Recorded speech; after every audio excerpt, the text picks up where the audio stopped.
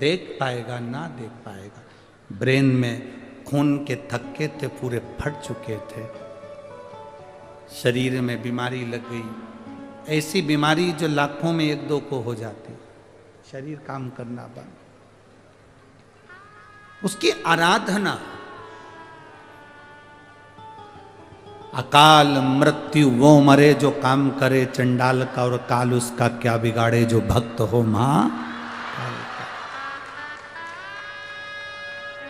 वो शिव है, त्रिकालदर्शी है, कैलाशी है, अविनाशी है।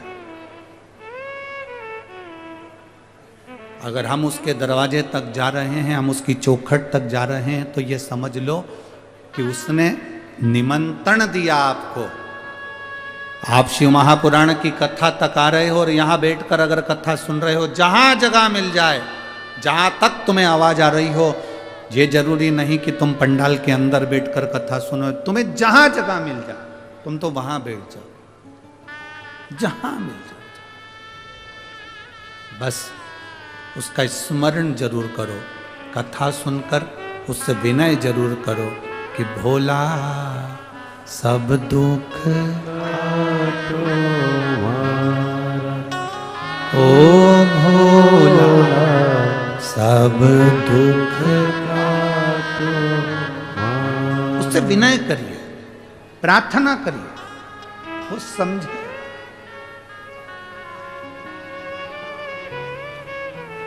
हमने कल भी कथा में कहा था, भीड़ बढ़ाने के लिए शिव महापुराण में बिल्कुल मत आना। भीड़ बढ़ाने के लिए कभी शिव महापुराण में मत आना। किसी के प्रेशर में शिव महापुराण में बिल्कुल मत आना कि तुम्हारे ऊपर कोई दबाव दे रहा हो, आना ही पड़ेगा, जाना ही पड़ेगा, जाना ही पड़ेगा। प्रेशर में शिव पुराण की कथा में मत आना, भीड़ बढ़ाने मत आना, किसी को दिखाने मत आना। शिव महापुराण की कथा में अगर आना है तो ये सोच कर आना कि मैं मेरे बाबा से बात करने जा रही हूं, मेरा पिता वहां बैठा, मेरा शंभू वहां बैठा। किसको?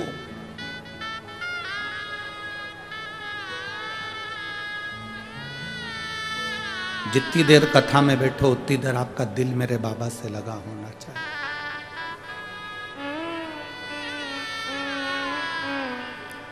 कथा सुनते सुनते सुनते सुनते जिस समय तुम्हारे शरीर की रोमावलियां खड़ी हो जाएं, जिस समय तुम्हारे रोम रोम खड़े हो जाएं, उस समय पर समझ लेना कि मेरा बाबा तुम्हारे गले लग चुका है और तुम्हारी समस्या का हल कर चुका है। उससे मिलन करने के लिए, हम उससे मिलने के लिए।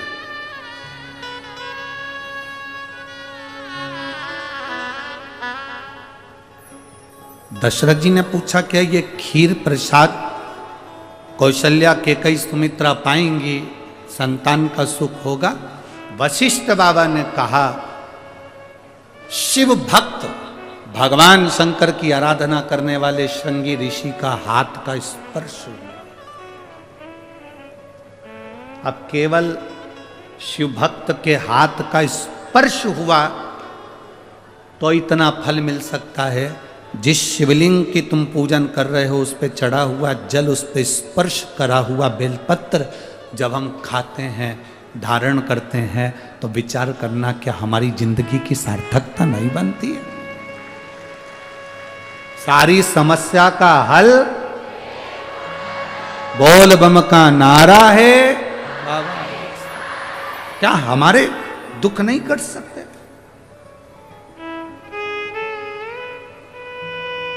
फिक्र और फकीर, इनमें एक बहुत बड़ा अंतर है।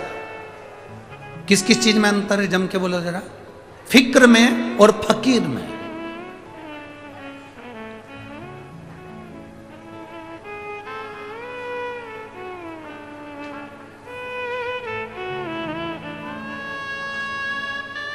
फिक्र, चिंता व्यक्ति को निगल जाती है। फिक्र, चिंता मनुष्य को खा जाती है। फिक्र में और फकीर में जमीन और आसमान का अंतर है। फिक्र, चिंता व्यक्ति को खा जाती है, और फकीर, संत, साधु, गुरुजन ये चिंता को ही खा जाते हैं, ये फिक्र को ही खा जाते हैं। कोई फिक्र नहीं। रोटी मिली ठीक है, ना मिली ठीक है, आसन मिला ठीक है, ना मिला ठीक है, जगह मिली ठीक है, ना मिला ठीक है। जितने शिव भक्त कथा को सुनने के लिए आते हो, यह बनकर जाना कि आप एक शंकर के भक्त हो। कहां बैठे हो, कौन सिंहासन तुम्हें मिला है, कौन जगह तुम्हें मिली है, उससे कोई मतलब नहीं। तुम ये सोच कर जाओ कि जमीन पर बैठे हो तो मेरा कंकर शंकर मेरे साथ में है। मैं शिव महापुराण की कथा श्रवण करने के लिए,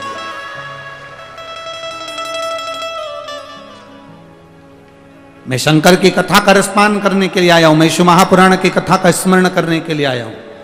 मैं शिव तत्व को जानने के लिए आया हूं। मैं शंकर का गुणगान करने के लिए आया हूं। मैं अपने कंकर शंकर की स्मरण, शायद भारत की भूमि पर बहुत कथा होती होगी, किसी कथा की जमीन की मिट्टी को कोई बांध कर अपने साथ नहीं ले जाता होगा। केवल एक शिव महापुराण की कथा ऐसी होती है जिसकी मिट्टी को भी लोग डब्बे में भरकर बांध कर अपने घर लेकर जाते हैं। केवल एक शिव महापुराण की कथा एक ऐसी होती है जिसकी मिट्टी को भी लोग बांध कर अपने साथ लेकर जाते हैं। केवल शिव महापुराण की कथा एक ऐसी होती है जब आरती होने के बाद लोग जमीन पर हाथ फेर कर अपने शरीर पर उस रज को लगा कर जाते हैं, क्योंकि यहाँ शंकर की कथा सुनने वाला, बाचने वाला, श्रवण करने वाला, कराने वाला, हमने पहले भी कथा में कहा, शिव महापुराण की कथा किसी के बस की नहीं कि कोई करा ले। वो तो शंकर और पार्वती के रूप में ये सांसद जी और विधायक जी ने इस भाव से इस अमरावती में करा। ईश्वर जी गोरा जी बनकर, शिव पार्वती बनकर शंकर स्वयं कथा के यजमान होते हैं। चंचुला देवी का पति बिंदुक प्रेत योनि में पड़ गया, तब आखिरी में तुमरुका जी ने कहा यजमान कौन बनेगा, तो शंकर पार्वती ने कहा हम दोनों यजमान बनेंगे। शिव महापुराण का, भागवत जी का यजमान राजा परीक्षित हो सकता है, रामचरितमानस का यजमान काशी नरेश हो सकता है, विष्णु पुराण का यजमान एक देव हो सकता है, अग्नि पुराण का यजमान कोई बन सकता है, पर शिव महापुराण का कोई यजमान नहीं होता। शिव महापुराण का यजमान तो स्वयं शंकर और पार्वती होते हैं, इसके सिवा कोई नहीं। कथा बाचने वाला भी शिव है, कथा सुनने वाला भी शिव है, कथा करवाने वाला भी शिव है। फिर हमें चिंता किस बात की?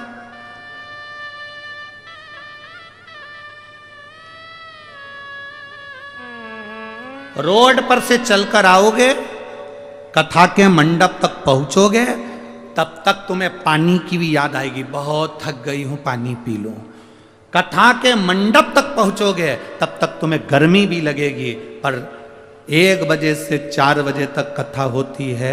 उस 1 बजे से 4 बजे के बीच में आप कथा का रस तत्व जब ग्रहण करेंगे तो आपको ऐसा लगेगा कि हमें गर्मी नहीं लग रही, प्यास नहीं लग रही, भूख नहीं लग रही, अब तो केवल कथा सुनना है, बाकी का कोई मतलब। हम कई बार इस व्यासपीठ से, कई जगहों पर आपने सुना कि नहीं सुना, हमने कई जगह व्यासपीठ से कहा कि जितने लोग अंदर बैठे हैं इनको ना पानी की बोतल दीजिए, ना इनको पानी का पाउच दीजिए, क्योंकि हमने कथा में कह रखा है आप अपने घर से आना, क्या क्या लेकर आना, आज तुम बोलो। 2 बोतल पानी, 1 बिछाने का आसन और 1 छाता, ये अपने साथ लेकर चलना, क्योंकि पंडाल वाले कितनी भी व्यवस्था कर दें पर भोला तो खुले में बैठता है, उसके यहाँ जगह कम पड़ते जावे। ये तो शिव कैलाशी अविनाशी की कथा है, जहाँ जगह मिल जाए वहाँ बैठकर सुन लो। छाता लगाओ, बैठो, सुनो।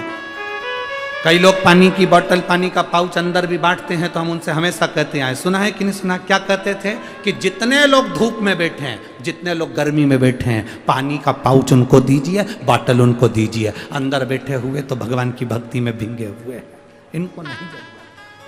शिव भक्ति करिए, भजन करिए, स्मरण करिए, जो मिल जाए उसको श्रवण करिए, वो मिलेगा।